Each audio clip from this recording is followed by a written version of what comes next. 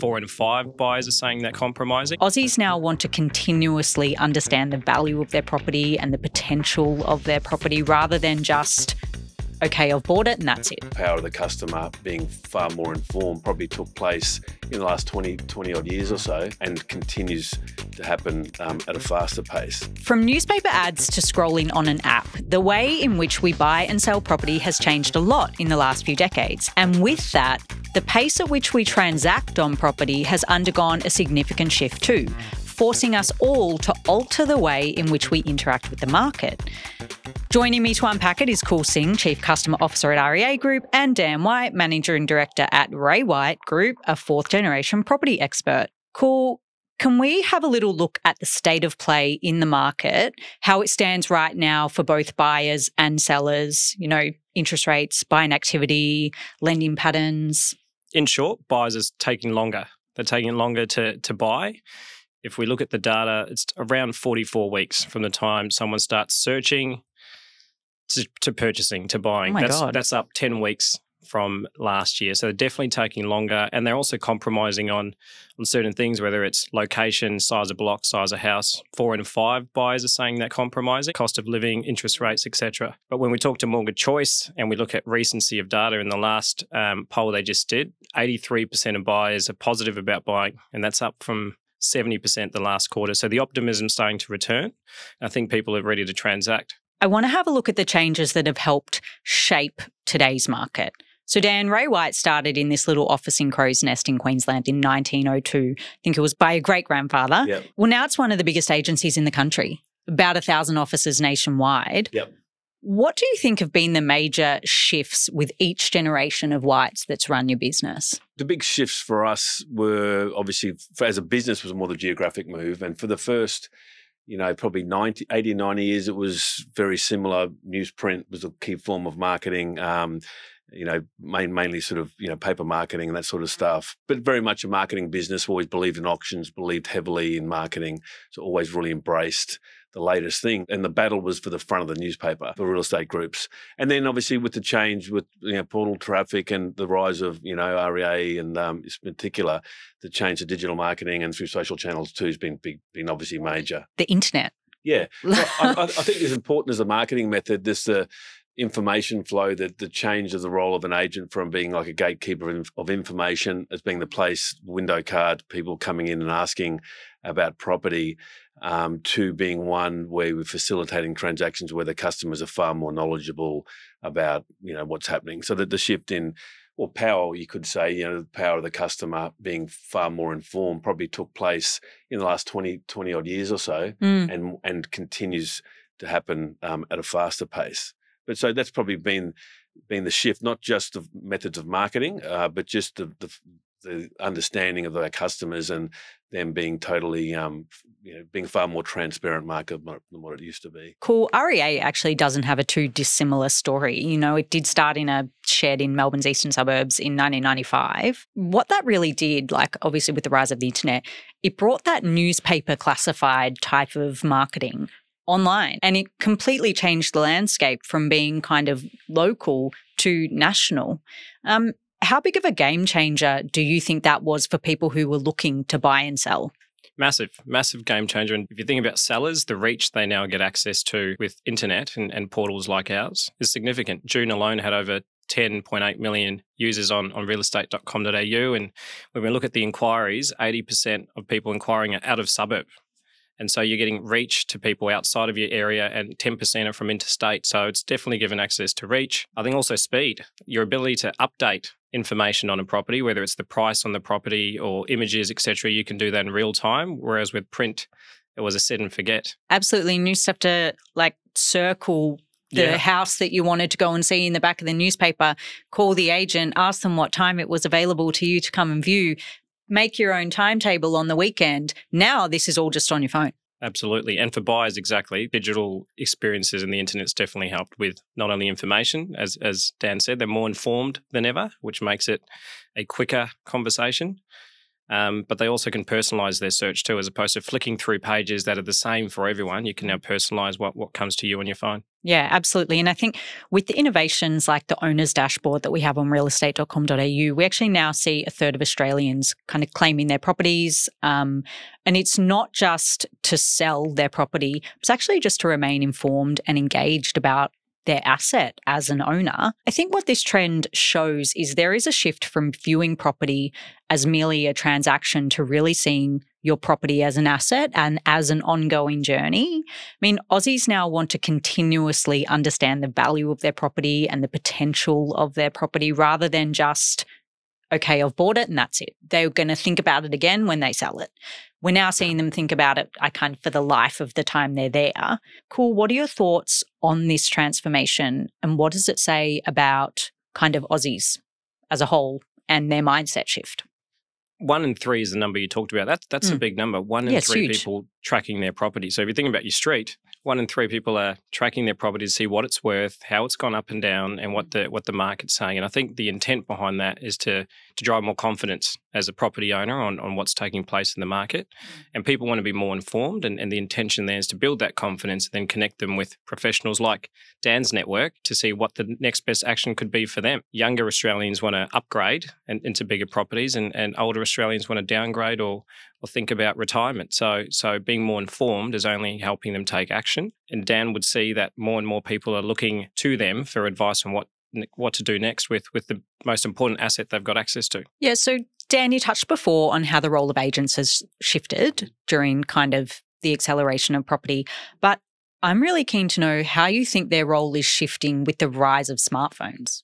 Smartphones represent sort of obviously instant information and, access to, all our clients in anywhere, obviously. So, I mean, the smartphones has raised the expectations, I suppose, of our customers about getting information faster, more reliable, instantaneous. All our members in our industry to be more productive. They can do more faster. They can communicate with customers more instantaneously and capture information as we go. It's improved the relationships with customers because there is more interactions than there have ever been. There's far more.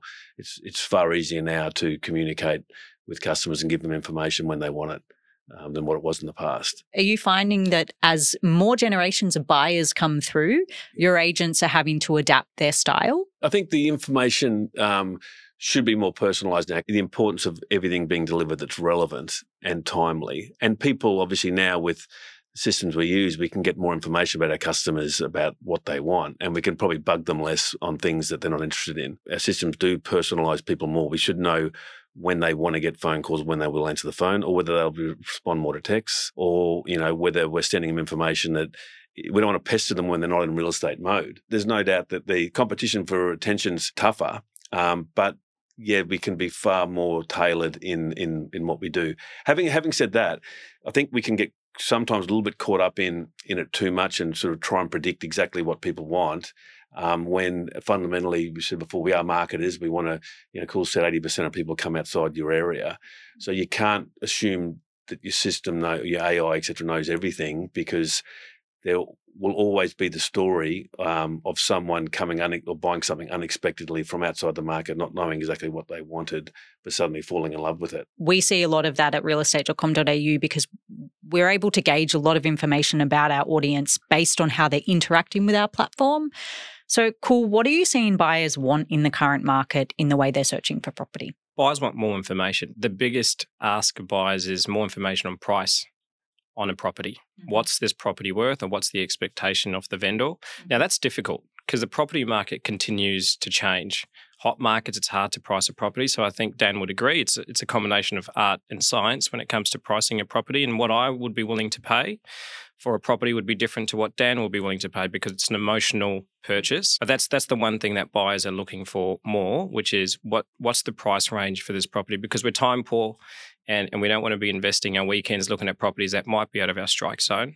And I think governments have a role to play here too, because each state government have different legislation on what you can and can't do when it comes to pricing property. In Victoria, there's statement of information. Every property needs that. And in Queensland, you can't price a property. It's illegal to do so. So Australia, I think, is a very small country, but we can make it more complex than it needs to be. So there's a bit of work to do. Cool. What are you seeing sellers prioritize? Like, what do they want? Are they interested in information? Are they interested in clarity? Or are they prioritizing other things? They absolutely want information. They're in the market once every 15 years or thereabouts. So they're not as informed as buyers might be or as the real estate professionals are. So they're looking for that information.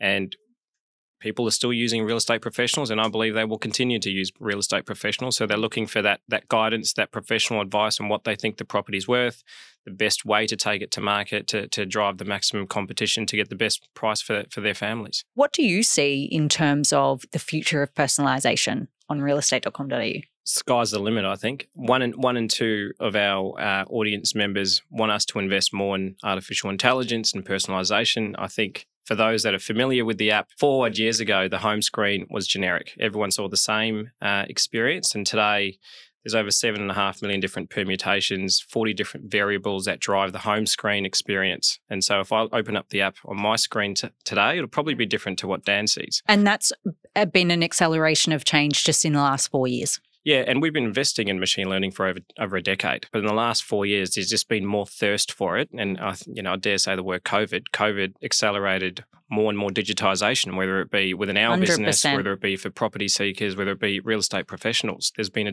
significant acceleration.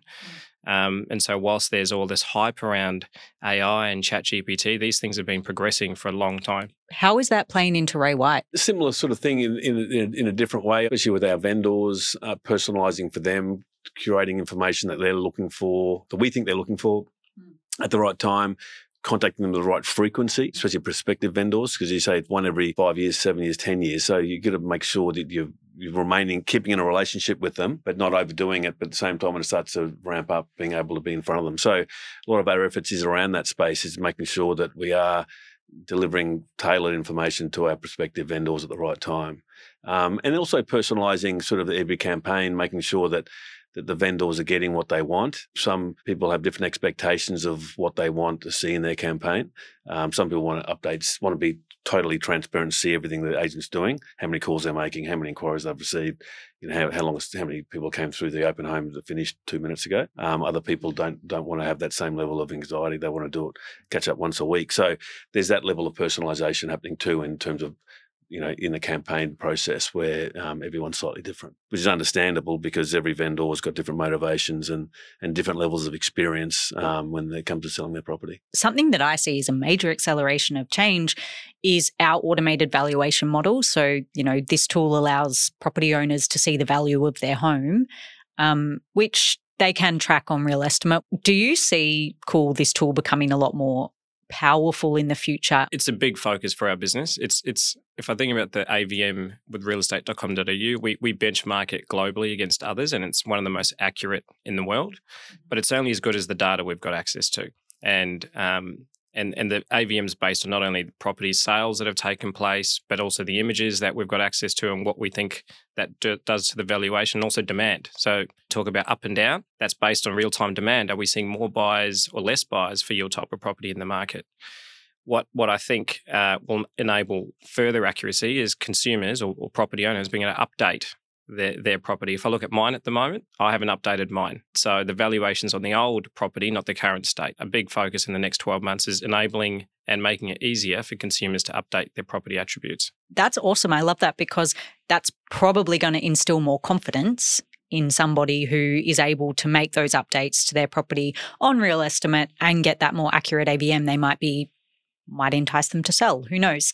But Dan, I want to talk about auctions, because I love an auction. I think it's the best way to sell property. Everything's super transparent. It's all laid bare. What do you think about them, though? Do you think they will continue to prevail? The auctions remain for us the best way we can bring value to our customers, our vendors. So we've always been an auction business. We started as an auction business, and we always prioritise that method of sale.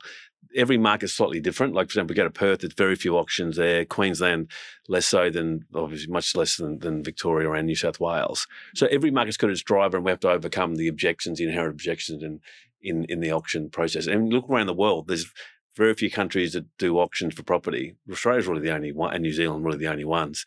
You get the receiver sales overseas. That's the only reason why they go to auction is because it's through receivership. So it's got a bit of a negative image in other markets. As buyers become more informed, it's even more reason to go to auction. If I'm fully informed on Real Estimate, for example, or whatever AVM, and you think it's worth that, and then Kul looks at his one. So if buyers will come in with a preconceived assessment of value, and they'll try and get it for less than that figure. So the only reason is a more informed market. The only way you're going to pay more than what you think it's worth is if you see someone else want to pay more.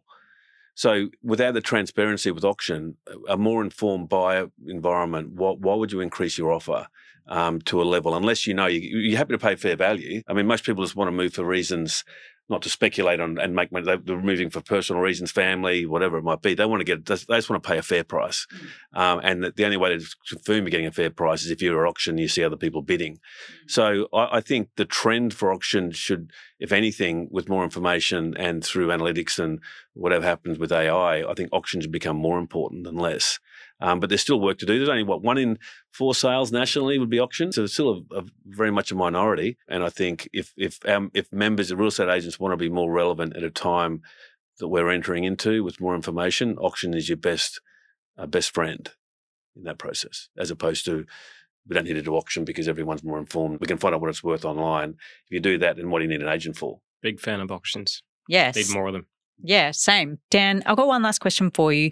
Do you have one prediction on how you think the real estate industry will continue to revolutionise in this country? We're seeing larger, more effective teams. We're seeing more of our members doing extraordinary numbers. Like, for example, I remember 8 years ago at our International Awards, the top agent was doing 120 sales. Now they're doing 300 sort of plus sales. Their team. Almost one a day. Because it's a team structure, more specialisation in teams where it's not about the individual, it's about having specialist people at work, potential vendors, specialist buyers. And I think with the personalisation of our customers, we'll see larger, much more effective teams of specialists in various areas. Rather than one person doing everything, it'll be a team of 8 doing all specific parts of it. And we're already starting to see that. Mm-hmm. And the chances of a group doing, of an agent, which is a really agency team doing 600-700 sales, isn't too far off, which would 5 years ago was considered ridiculous. We'll see more of the polarisation of that larger, more effective units of agents doing amazing things. Awesome. But hopefully not replaced by AI and everything else. We've got to keep raising the quality of what we do, the service we provide, and agents. The bar keeps rising, and being up for that challenge. Thanks so much. I really appreciate both your time. Thanks, Alice. Yeah, well done. Thank you.